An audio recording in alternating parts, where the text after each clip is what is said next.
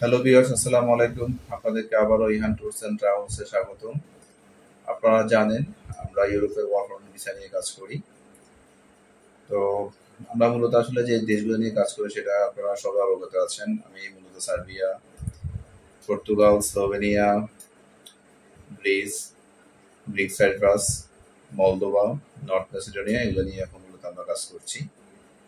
তার মধ্যে আমি আপনাদের সাথে এর আগেও বেশ কয়েকবার ভিডিওতে আসছি। বিভিন্ন দেশ নিয়ে কথা হয়েছে, আমার পর্তুগাল নিয়ে কথা হয়েছে, সার্বিয়া নিয়ে কথা হয়েছে।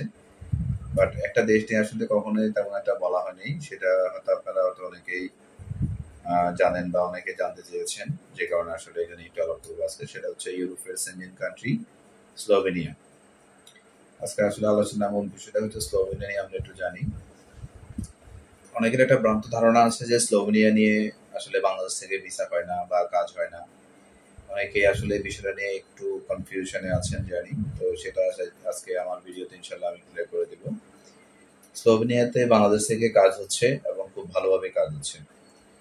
টোটাল প্রসেস টাইমটা অ্যাজ ইউজুয়াল আমাদের অন্যান্য Shenzhen country like Greece, Portugal এরকমই একই ধরনের কাজের প্রসেস সিস্টেম বা সিস্টেমটা একই রকম।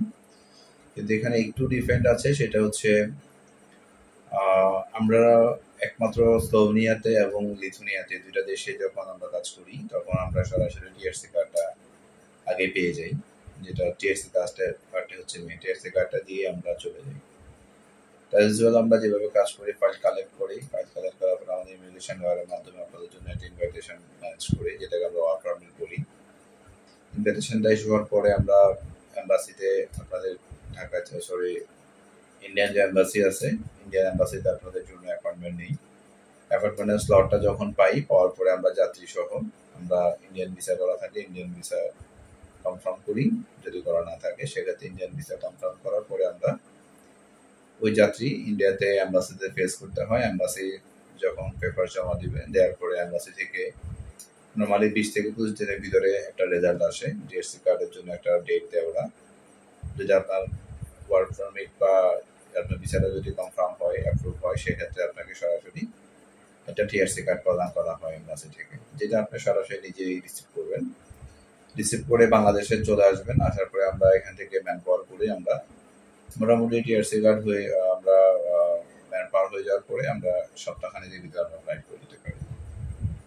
তো স্লোভেনিয়া নিয়ে একটু বলি, সেটা হচ্ছে আপনারা হয়তো অনেকেই জানেন না যে স্লোভেনিয়া আসলে সেনজেন কান্ট্রি বা সেনজেন কান্ট্রির মধ্যে বেশ উন্নত কান্ট্রি।